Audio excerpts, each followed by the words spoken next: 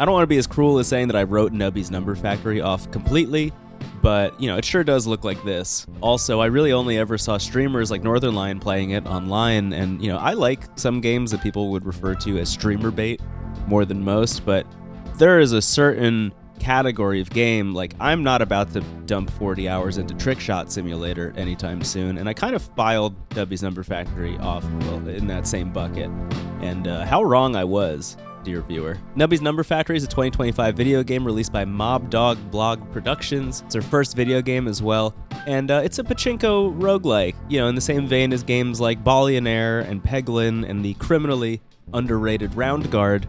And it's a game where you shoot a ball into some pegs, and those pegs have numbers on them, and if you hit that peg, you get that amount of points, and if you get a certain amount of points in a round, you move on to the next round, and so on and so on and so on until you either beat the game or you don't. And guess what? Every couple rounds, there are shops, and in those shops, you can buy items, and those items have synergies with one another, and they make it so you get more points in a round, and you can make builds. Like all great rogue, you're making builds in Nubby's Number Factory, so it's really, it's playing the hits.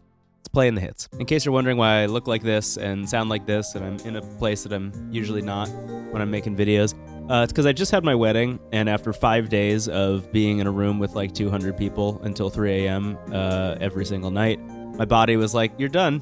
Good job, but it's time to shut down, and I got sick immediately. I got a cold, not COVID. I took a test. So, I'm just hanging out on this couch. I've just been hanging out on this couch for the past couple of days and just resting. And I find that, when you have like mandatory rest, the move is always just like turn on the TV and find something weird.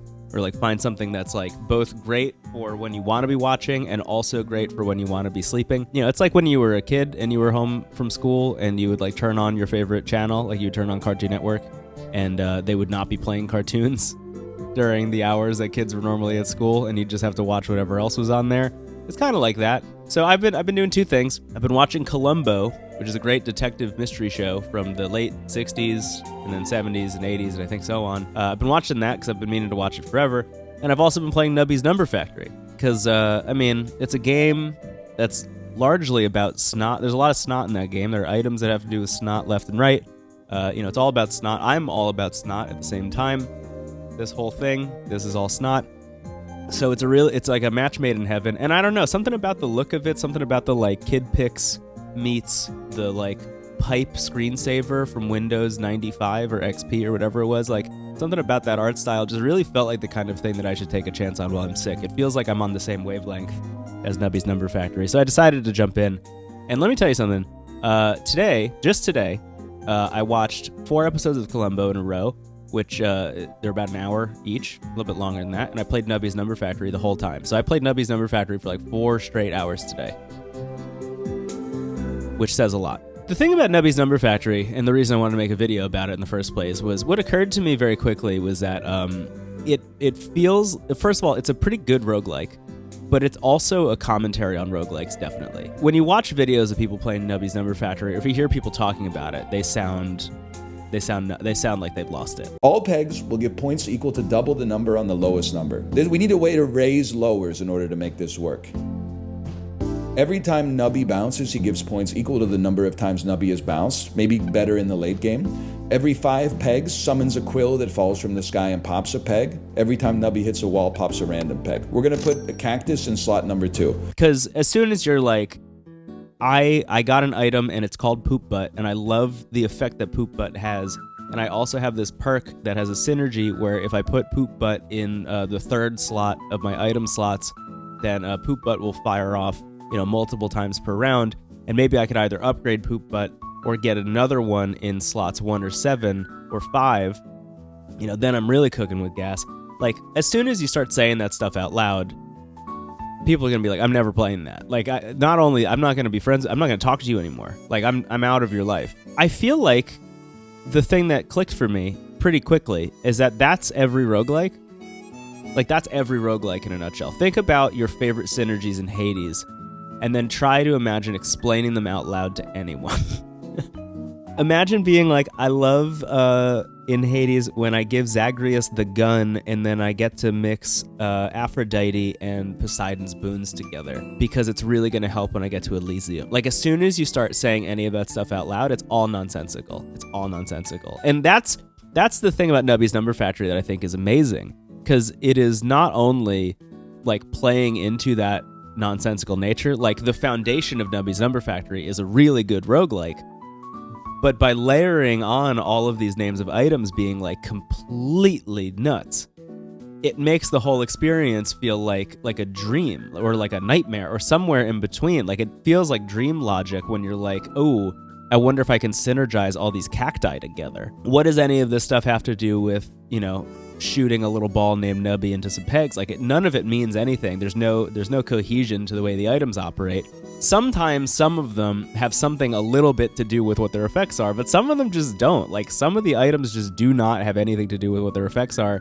They're just named something weird. And I love it. The thing it reminds me most of, weirdly, are like corporate April Fool's jokes. And like, look, I've worked in corporate marketing for a long time. My last job was at the Walt Disney Company, and around February or March of every single year, I would need to sit in a conference room and somebody would say, we have an idea for an April Fool's joke. And I would always be the first person to say, first of all, don't. Bad idea. Second of all, if you really feel like you have to do an April Fool's Day joke, what you need to do is give people something real.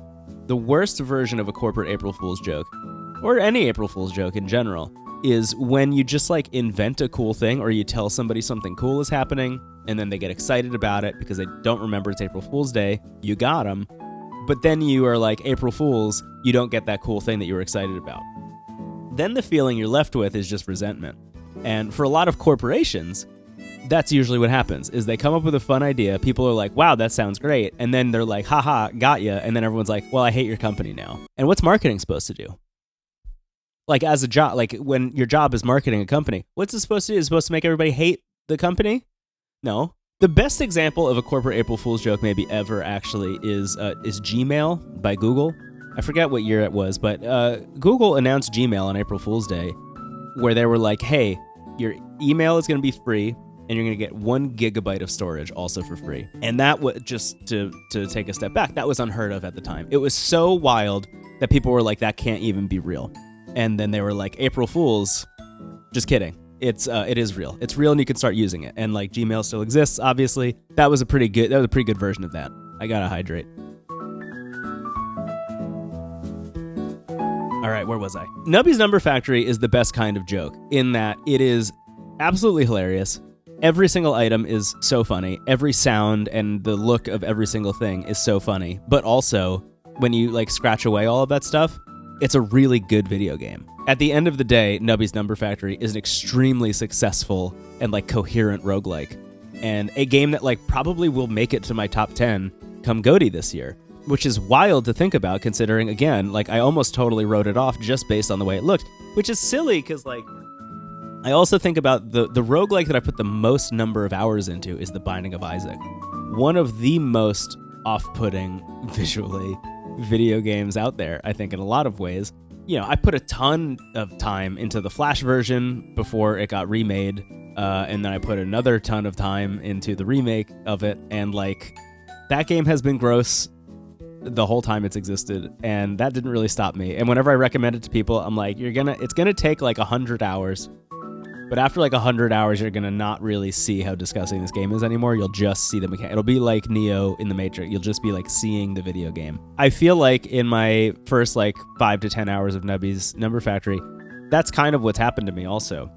Is like the veneer of the comedy has kind of wiped away a little bit in some ways, but the thing that's really sticking with me at the end of the day is like, the game is good. Here's the weird thing. Nubby's Number Factory pairs really well with Columbo. Columbo is a show from the 60s where Peter Falk plays a guy named Lieutenant Columbo, and he's a detective, and he solves murders.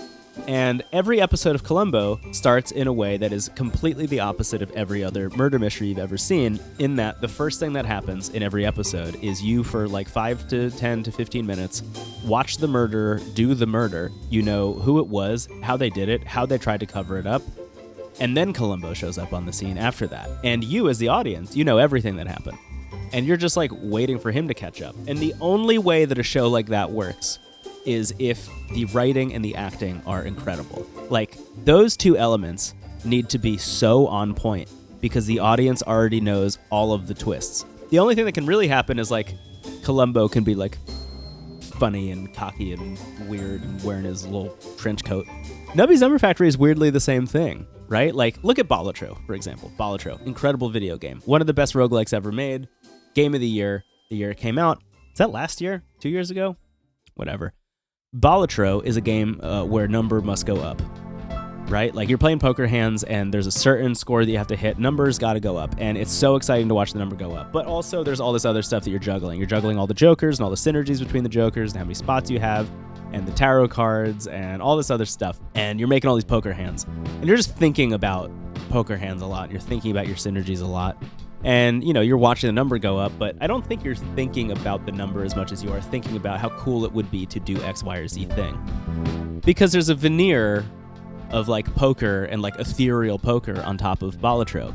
Nubby's Number Factory, a lot like Columbo, is just taking the thing that is, like, literally the ones and zeros that run every other roguelike and just putting it at the very top of the funnel. The game is called Nubby's Number Factory. The first thing that happens in the tutorial is somebody shows up and says, your job is to make the number go up or else the sun explodes.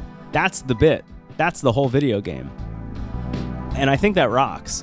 And having the two happening simultaneously, both Columbo and Nubby's Number Factory, I don't know. Maybe it's because I'm sick, and maybe it's because I'm sleep deprived, but I don't know. It's like a match made in heaven. Anyway, this is not a review. I've just been experiencing those two pieces of media and thought, hey, I should make a video about it while I'm sitting here doing nothing. Well, I'm not doing nothing. I'm recuperating. I'm resting. I'm being good to myself and my body. Anyway, if you're here and this is your first video, thank you for watching. I hope you stick around. Maybe subscribe. Maybe share it with a friend. That would mean a lot. And if it's not your first time here, welcome back. Thank you for being here. And I'll catch you later. Bye, everybody.